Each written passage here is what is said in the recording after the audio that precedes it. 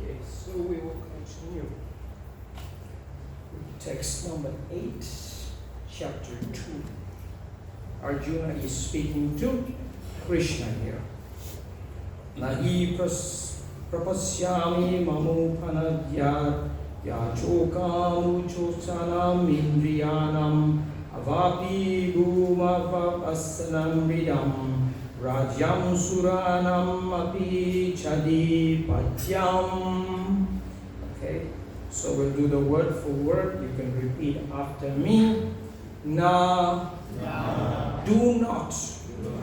He, certainly. Prapasyami, I see. Mama, my. Apanudyat, can drive away. Yat, that which.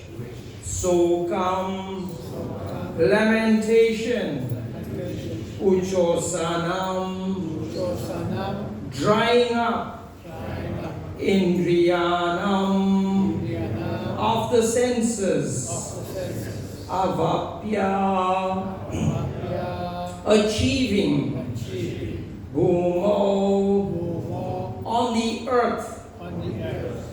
Asapatnam, without rival. Ridham, prosperous. Rajyam, kingdom. Suranam, of the demigods. Api, even. Cha, also. Adipatyam, supremacy. So we'll do the translation, few words at a time after me.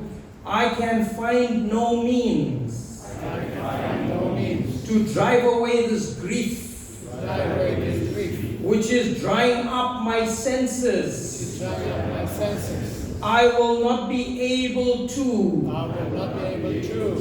dispel it, even if I win a prosperous, unrivaled kingdom on earth with sovereignty, like the demigods in heaven. Okay, so Arjuna is telling Krishna here, I cannot find any means to drive away my grief. He presented so many arguments to Krishna why he won't fight.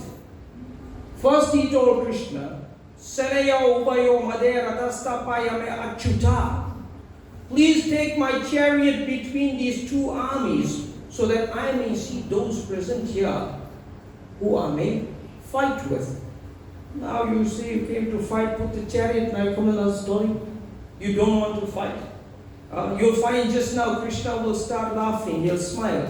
Oh, you were talking big, now when I place the chariot here, you change your tune, you don't want to fight. What's going on? Now you're full of grief.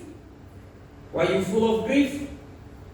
Krishna knew how to place that chariot in such a way before Drona and Bhishma. He drew out something in Arjuna. He placed the chariot, he parked it so nicely. He knew this is what's going to happen.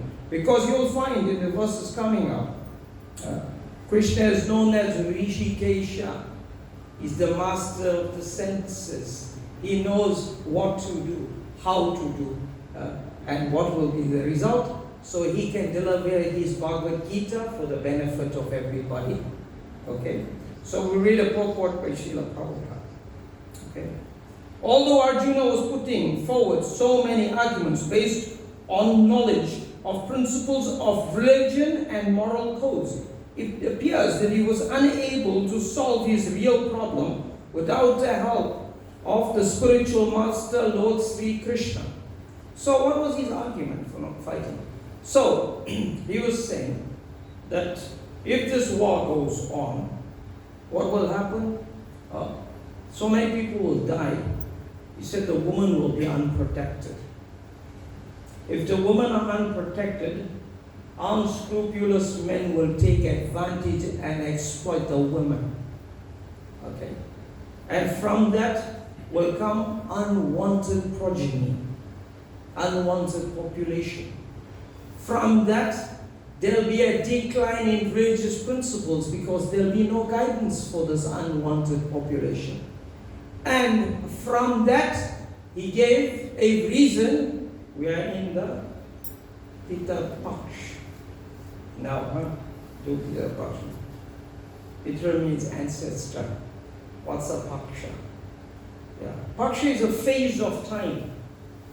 It's a phase of time. So what happens during this phase of time? You are allowed to connect with the Pita, and like we do food for life at a certain time, so now you can do for the Pita, you can offer some prasad. That's what it means. The phase of time when you are able to do this offering, right? Pinda means Vishnu Prasad. Okay, so in that way, that argument he gave, and everything will become corrupt. You see how systematic, how scientific. You see how he presented everything. There will be corruption, and the ancestors will fall down. Prabhupada says they can fall down. Sometimes they can become ghosts. They can be suffering without gross body, or they can take birth into a lower species of life, an animal. So it's very important that people offer prasad, right? So he gave that argument. Okay. In spite of giving all the arguments, still, he's unable to solve his problems. And what is he come to the point of? Prabhupada is saying it. He needs a spiritual master. Who's the spiritual master? Lord Sri Krishna. He could understand that his so-called knowledge was useless. All his arguments is useless in driving away his problems, which were drying up his whole existence, as if it was impossible for him to solve such complexities without the help of a spiritual master like Lord Krishna. Academic knowledge, Prabhupada says, scholarship, high education, high position, etc. are useless in solving the problems of life. Help can be given only by a spiritual master like Krishna. Therefore, the conclusion is that a spiritual master who is, Prabhupada uses, very specific. It doesn't say 10%, 5%, 20%, 100%. Listen to this. Therefore, the conclusion is that a spiritual master who is 100% Krishna conscious, fully Krishna conscious. Why didn't he say 50%? He could have said 1%. He could have said anything. No, 100% Krishna conscious is the bona fide spiritual master. He is the bona fide spiritual master. For he can solve the problems of life. Lord Chaitanya said, one who is the master in the science of Krishna consciousness, regardless of his social position, is a real spiritual master. Kibavit prakibanyasi sudrekenenaya ye Krishna tattvavete se guru haya. It does not matter whether a person is a Vipra, a learned scholar in Vedic wisdom. That's a Vipra. Vipra is one who performs fruitive activities, karma kanda. Or born in a lower family, or is in a renounced order of life. If he is a master in the science of Krishna, he is the perfect bona fide spiritual master. Chaitanya Charitamrita, Madhya Lila, chapter 8, text 128. So, without being a master in the science of Krishna consciousness, no one is a bona fide spiritual master. No one is a bona fide spiritual master. It is also said in the Vedic literature, Satkarmani po vipro mantra tantra visarada avaishnava guru nasyad vaishnava swa pacho guru. A scholarly brahmana, expert in all subjects of Vedic knowledge, is unfit to become a spiritual master without being a Vaishnava or expert in the science of Krishna consciousness. But a person born in a family of a lower caste can become a spiritual master, even if he is a Vaishnava or Krishna conscious person. So that's a quote from the Padma Purana. Padma Purana verses are mainly spoken from Lord Shiva to Durga Devi. That's a conversation, Padma Purana. So he's quoting Lord Shiva there. Okay? The problem of material existence, birth, old age, disease and death cannot be counteracted by any accumulation of wealth, economic development. In many parts of the world, there are states which are replete with all facilities of life, which are full of wealth and economically developed. Yet the problems of material existence are still present. They are seeking peace in different ways, but they can achieve real happiness only if they consult Krishna. You have to consult with Krishna, right? Or the Bhagavad Gita and the Srimad Bhagavatam. Yeah, you make an appointment with the Bhagavad Gita and the Bhagavatam, and you can consult. We make so many appointments every day to meet the doctor, the lawyer, so many people, the teacher, the businessman. When are we going to make the appointment to consult the Bhagavad Gita? It's lying on your shelf in your house all the time. And you can consult anytime, no appointment required. Sometimes you go to some medical appointment. I know I phoned one time for some medical attention to people. They tell me like come in 3 months. 3 months? Tell the person 3 months. Really? I mean, you're joking? No. Your doctor is busy. You're coming in 3 months. How busy you think Krishna is? He's listening to the prayer of every living entity. Yeah. So there's one incident where it was Lord Balaram wanting to take Krishna's place. Krishna said, yeah, you take my place. Yeah, you want to become Krishna? Okay, you take the place, Krishna. Soon as Krishna gave him the position and he heard all the people crying from everywhere in every unlimited universe, I want this, give me that, so he said, no, Krishna. Thank you. Take your position back. Take your position. Yet you can consult with Krishna immediately by chanting. Prabhupada says, Hare Krishna, Krishna Krishna, Hare Hare, Hare Rama, Rama Rama, Hare Hare. So he says, consult with Krishna, Bhagavad Gita and the Srimad Bhagavatam, which constitute the signs of Krishna. Through the bona fide representative of Krishna, the man in Krishna consciousness. It's amazing here. Who's speaking here? This verse? Arjuna. Arjuna and Krishna goes to unlimited universes. And this Bhagavad Gita is Nitya Leela. It's going on just speaking Bhagavad Gita. All the time. It's not like, 5,000 years ago they came and spoke and that's the end. And no, we're calculating materially. This is Nitya Leela. All the Lord's pastimes goes on eternally. Right? So, you find in Srimad Bhagavatam, first canto, when Krishna leaves, he departs.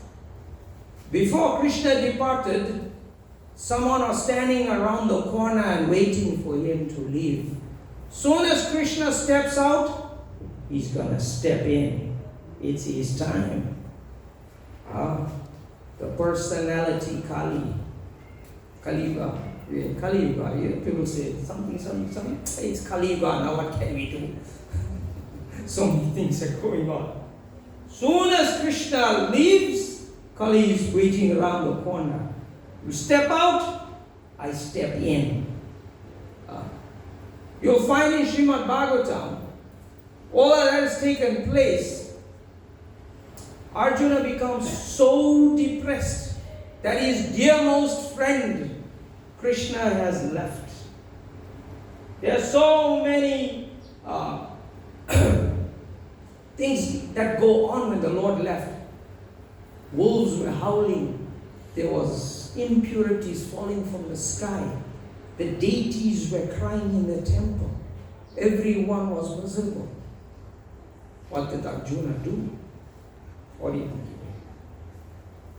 He went and got his copy of Bhagavad Gita. Arjuna went and pulled out his Bhagavad Gita and he started reading Bhagavad Gita. Prabhupada is giving Bhagavad Gita. Don't leave it on the shelf. Use it. Read it. Open it. Learn it. Prabhupada says, if economic development and material comforts could drive away one's lamentation for family, society, nation, or international inebrities, then Arjuna would have not said that even an unrivaled kingdom on earth or supremacy like that of the demigods in the heavenly planets would be unable to drive away his lamentations. He sought therefore refuge in Krishna consciousness. That is the right path for peace and harmony. Economic development or supremacy over the world can be finished at any moment by the cataclysms of material nature. We have experience of that. Flood, natural disasters, all those things going on lately. We had so much going on in KZN. Some friend of mine phoned me from Joburg and said, you're doing some wrong puja.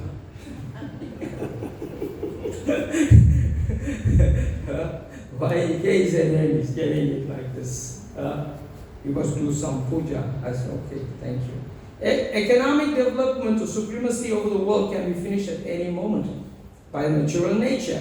Elevation into higher planetary situation, as men are now seeking on the moon planet. So they leave one planet, they go to the moon planet. What are you going to do in the moon planet? What do you do if you go to the moon planet? You have to open a shopping center, get the taxis, put the robots, set the roads up. Same thing. But maybe it'll be done, as Prabhupada says, in polished style. So go there everywhere. What you going to do? Go anywhere, what do you do? Just like previously, this tract of land, nothing was there. And came here, then what they did? They made a road, they put a building, they put the water, people, cars, everything. Everywhere you find it's empty, next you go, you see what water. And of course, everywhere, Prabhupada says they will have to build a prison because there's always some living entities or somebody that won't follow. They want to go there. In the same way, I was having a discussion the other day with some devotees about where the material world is. Where the material world is. You know, there's one devotee who wrote a philosophical thesis. So he was saying that Prabhupada wasn't, I guess he didn't understand what Prabhupada was saying. So one devotee brought this book, it's called Not a Leaf on Vaikuntha. Very deep philosophical book. So, you know, he was making all these points. So where the material world is.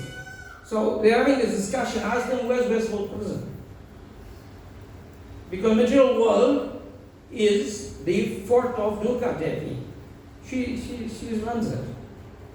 With all her weapons, and she keeps everybody intact. So where's the material world? If you look at the Srimad Bhagavatam cover, it's there. Prabhupada says, in a corner of the spiritual sky is the material world. So we are in the spiritual sky, but we're just like I was telling this devotee, we were going back and forth. I said, where's the prison? It's not in Phoenix. It's in Westville. Right? Just that those people, all of them are in Westville. But they are surrounded in the prison by a different set of rules. And the other people there, you got pavilion, they're going shopping, they're doing this, that, and the other, movies, eating, dancing, driving around. But everyone's in Westville. So in the same way, we are right now in the spiritual sky, but in a corner, the material world is manifested. So we're always there. So it was very simple and straightforward. That's the way I understand it, and that's the way I see Prabhupada. Some people were getting into a heavy discussion about it. But if you read Bhagavad Gita, keep on reading. Prabhupada, there's one devotee told Prabhupada one time, but you won't be here with us. How are we going to get the questions out? He said the answers are, The answers are in the books. You don't have a question for which there's no answer. You don't have even a question for which there's no answer. Okay? So it goes on. Okay? Elevation to the higher seeking on a moon planet, Prabhupada says, can also be finished at one stroke.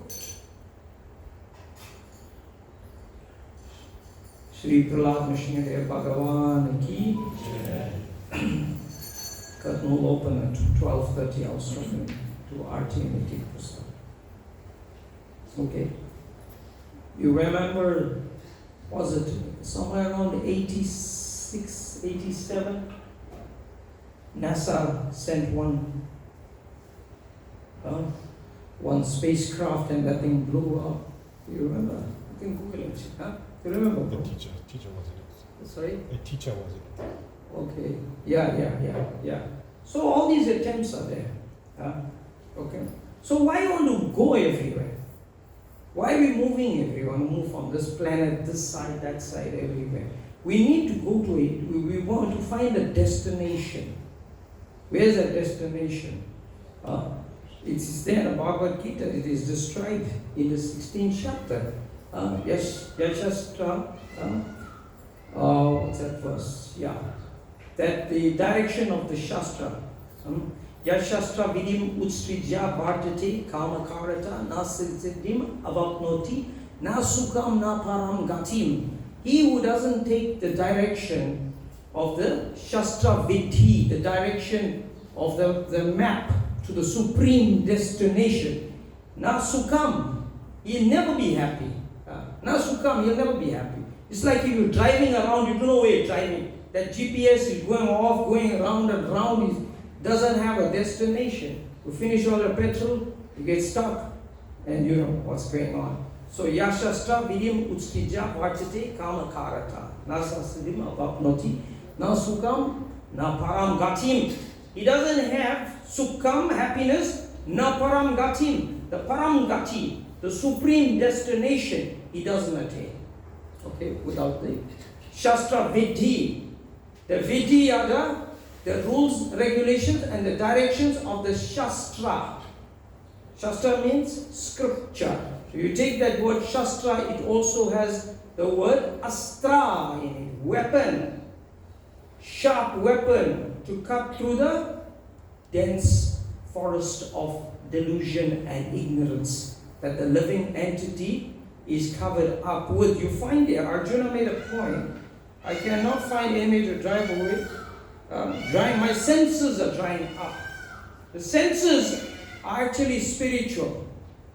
Originally they meant to be engaged in the service of Krishna, Rishikesha. Now the senses are covered by the material body like that. So it's drying up. Can't find any way to sing. So the Bhagavad Gita confirms this. Shinya punya martalokam vishanti. That's the 9th chapter of Bhagavad Gita. That if one reaches the higher planetary systems, he will come back here. If your credit card is maxed out, you can go and swipe, they'll tell you, sorry sir, no credit here.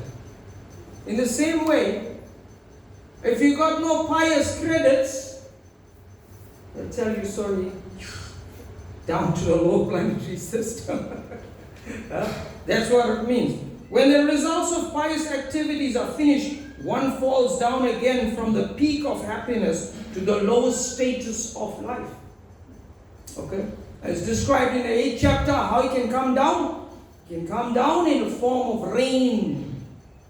He can grow into a plant. You see the plant is growing there between the cracks in the wall somewhere. You wonder where it came from. It came from my other planet. Came down. Was grain that may be eaten by some animal. It's transformed into the body. It's transformed into the semen. The semen is injected into a female. The female gives birth again. He starts coming. It's all explained in Bhagavad Gita. Again he goes up and down like that. Okay? Prabhupada says many politicians of the world have fallen down in that way. Such downfalls only constitute more causes for lamentation.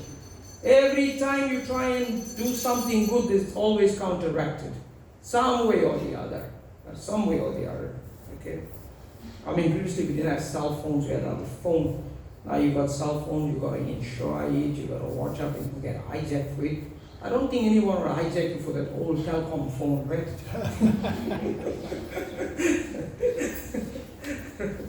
That old. But yeah. Therefore, if you want to curb lamentation, Proverbs says, for good. For good. You have to understand lamentation. You have to understand you want to curb it. You have to understand you want to curb it for good. No patch-up jobs. Finish. We have to take shelter of Krishna as Arjuna is seeking to do so. So Arjuna asked Krishna to solve his problems definitely, and that is the way of Krishna consciousness, to definitely solve all these problems. So we read the next text. Okay. Now Sanjaya is speaking to Dhritarashtra in the room. He is telling Dhritarashtra, this is what is going on. Text number 9. Sanjaya uvacha evam uktva rishikesham budakesha parantapa nayotsyami iti govindam uktva tusnim bahuvava. Can come and sit inside. Okay?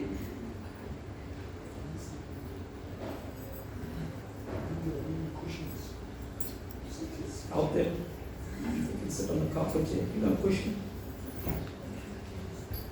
Thank you. Okay. We'll do the word for word after me. Sanjaya uvacha. Sanjaya uvacha. Sanjaya said. Evam. Thus. Yuktva. Speaking. Rishikenam. Unto Krishna, the master of the senses, Gudakesha, Arjuna, the master of curbing ignorance, Parantapa, the chastiser of enemies, Nayotsye, I shall not fight, Iti, thus. Govindam, unto Krishna, the giver of pleasure to the senses, Yuktva, saying, Tusnim, silent, Bahubhava, became, Ha, certainly. Translation, we'll do few words at a time after me. Sanjaya said, having spoken thus, Arjuna, chastiser of enemies, told Krishna, Govinda, I shall not fight, and fell silent. Okay, so we find here Rishikenam, one name of Krishna, right? Gurikesha. Arjuna is addressed as Gurikesha, right? He's addressed as Parantapa. And then there's Govinda, okay? So there's two words that are describing Arjuna, and there's two names of Krishna, okay? We'll get to that. Purport by Srila Prabhupada. Dhritarashtra must have been very glad to understand that Arjuna was not going to fight and was instead leaving the battlefield for the begging profession. Okay? If you don't have no job, nothing, Arjuna was a Kshatriya. He's meant to rule. Because at a certain point, he's telling Krishna, he'll go to the forest. He'll stay in the forest. What you going to do in the forest? No, I'll take berries off the trees. How the trees produce berries? They come from the rain. Where the rain comes from? Comes from the sky, where the sky comes from. So like that, rain comes from sacrifice. Comes from sacrifice. given in the Vedas. Where the Vedas come from? Comes from Krishna. So if you don't follow Krishna now, you run away, you think you're going to run away from Krishna, you still be following Krishna. You'll always be. Okay? For the begging profession. So he'll have to go and beg. Yet he has his job. Prabhupada says in one lecture I was listening to, Prabhupada said that if you have a job, you're working, you don't give it up. If you give it up, what do? You go stand in an unemployment queue. Unless you got a better job, which is fixed up, then you can give up that job. Right? Like that. So in this way, we have given up so many things that attach us to the material world, to birth, death, disease, and old age. We are not inactive. Devotee becomes attached to Krishna. To become attached to Krishna, that's to be Krishna conscious. I was talking to a devotee the other day and they were saying, you have to be a sannyasi. I said, well, we're not after being anything, we're after becoming devotees. Automatically, everything else will follow. Therefore, Krishna says in Bhagavad Gita, Bhaktya mamavi janati yavan yasasmi chatrata tato mam tatano graka vishate taram. Only by devotional service can I be understood as I am. I said, you want to take sannyas, go take sannyas, you end up frustrated. You end up frustrated. Arjuna wants to do the same thing. He wants to go and live in the forest. Very detailed, he'll end up frustrated. They start coming, worrying everybody after that. Then everybody becomes frustrated. No. One has to perform his prescribed duty always. Work in devotion. 4th chapter of Bhagavad Gita is far superior than dry renunciation. So he's telling Arjuna here. The connection here in these verses are, Prabhupada explains, he's at a point where he is to do or not to do, to fight or not to fight. So Prabhupada quotes one Bengali slogan, to eat or not to eat. Just now they'll serve, now you eat. Got cholesterol, sugar, diabetes. To eat or not to eat, better not to eat. To eat or not to eat. So like that. Or sometimes, to go or not to go to that place. Better not to go. Stay at home today. I won't go temple. Or go. To eat or not to eat? You have to make a decision. Leave it. I won't eat. To go or not to go? Like that. Prabhupada says like that.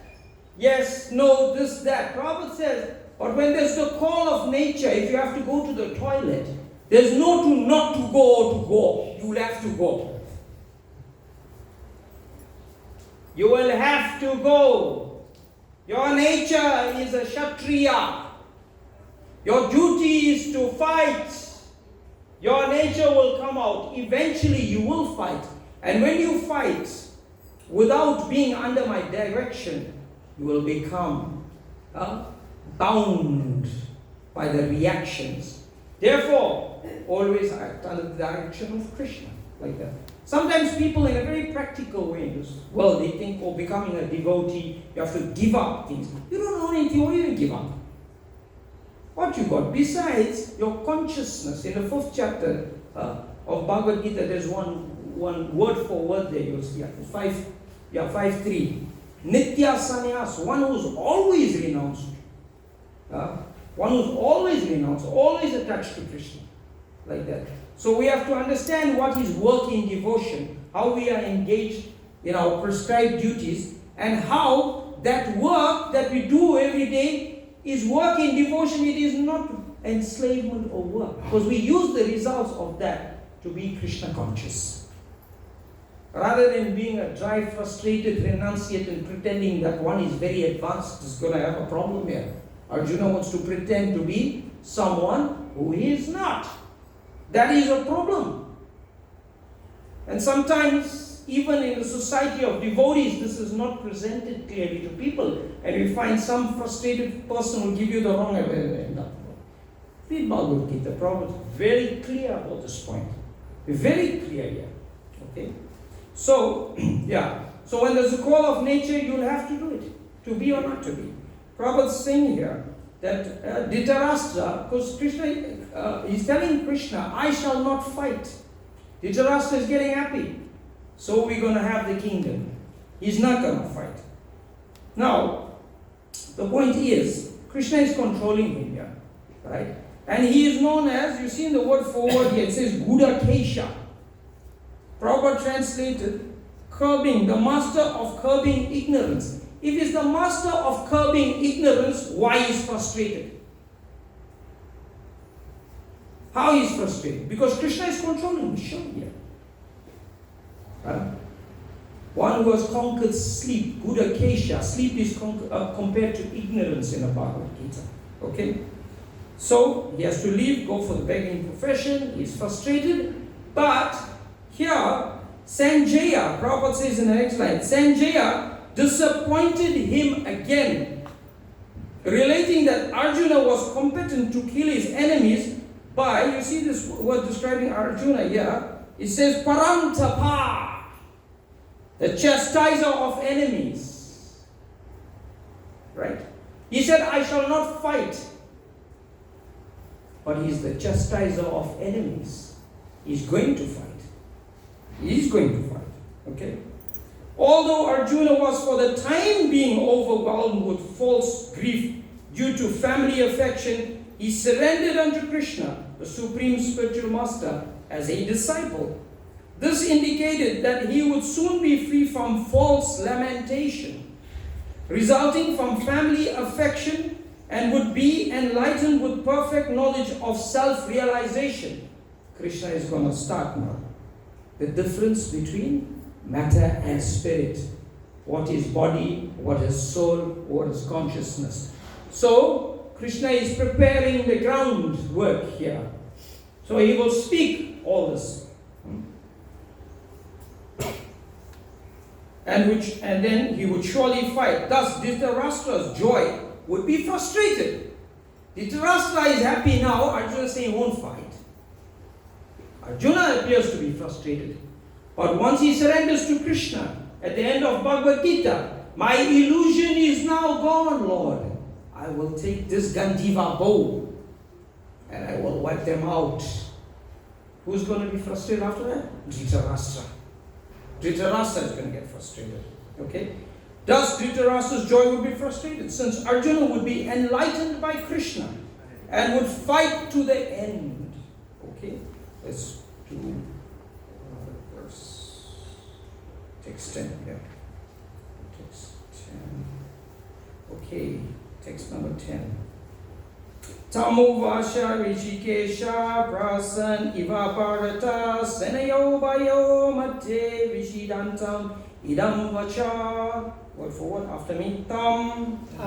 Unto him. Uvacha. Said. Rishikesha. The master of the senses Krishna. Prahasan. Smiling. Iva. Like that. Bharata. O Dhritarashtra, descendant of Bharata. Senayor of the armies, Obayom of both parties, Madhye between, Visidantam unto the lamenting one, Idam the following, Vacha words. Translation, few words at a time after me. O descendant of Bharata. At that time. Krishna. Smiling. In the midst. Of both armies. Spoke the following words. To the grief-stricken Arjuna. See what Arjuna did? You need to do this. You need to put a smile on Krishna's face. You put a smile on Krishna's face. Dance and chant. You put a smile on Krishna's face. You know, sometimes you get this good morning messages and coming, all this. Smile, today is Sunday, and smile, it's Thursday, be happy.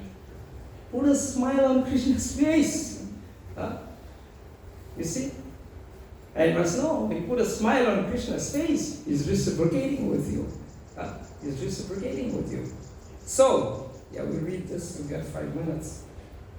The talk was going on between the intimate friends, namely Rishikesha and Gudakesha. As friends, both of them were on the same level. But one of them voluntarily became a student of the other. Okay? Krishna was smiling. See, Krishna was smiling because a friend had chosen to become his disciple. Because at this point, Krishna said, you want to surrender to me? I'm your friend. Come on, you're going to argue with me day and night. You'll never get through this.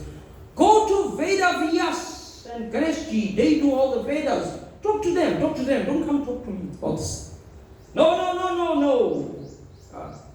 I have to surrender unto you. Even Brihaspati, who's the Guru amongst the demigods, cannot help me, Krishna. Therefore, Karpanya doso bhata swabhava prichami tvam dharma samudha chetta yatriyasyan nishchitan bruhitan me sisyasteham sadi mam pram pratanyam. So in that way, Krishna is, Arjuna is surrendering. Like that. Okay? Now I am a disciple and a soul surrendered unto you. Please instruct me. Okay? So he became a student. So Krishna is smiling. We don't want to go to Veda Vyas. He is a Maharishi. You coming by me? I dance for the gopis. What do you get from me? Everybody criticizes me. You dance with the gopis. What spiritual master? We'll discuss that later. See how far we go. As Lord of all, he is always in the superior position, the master of everyone, and yet the Lord agrees to be a friend, a son, a lover, for a devotee who wants him to be in such a role. But if he is accepted as a spiritual master, he at once assumed the role and talked with the disciple like the master, with gravity. Krishna is going to spark with gravity, as it is required. It appears that the talk between the master and the disciple is openly exchanged in the presence of both armies, so that everyone is benefited on the battlefield. So the talks of the Bhagavad Gita are not for any particular person, society, community, but they are for all. And friends or enemies are equal entitled to hear them. So you'll find that Prabhupada, all these arguments that were presented to Krishna, Prabhupada, he gives an analogy, few words he explains it. It's like saving the dress of a drowning man, Arjuna. Saving the dress. Your arguments, your religious arguments are nothing but like saving the dress of a drowning man.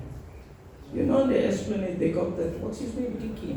Who's that one of the hospitals? Dicky. What he did, Prabhu? He went to grandson to bring army. Oh, he did that. Who saved somebody who was drowning there? Dongan. What? Dongan. Was it? Anyway, the point was that somebody had to go and save, I thought it was Walter. Who was it? Walter Ward.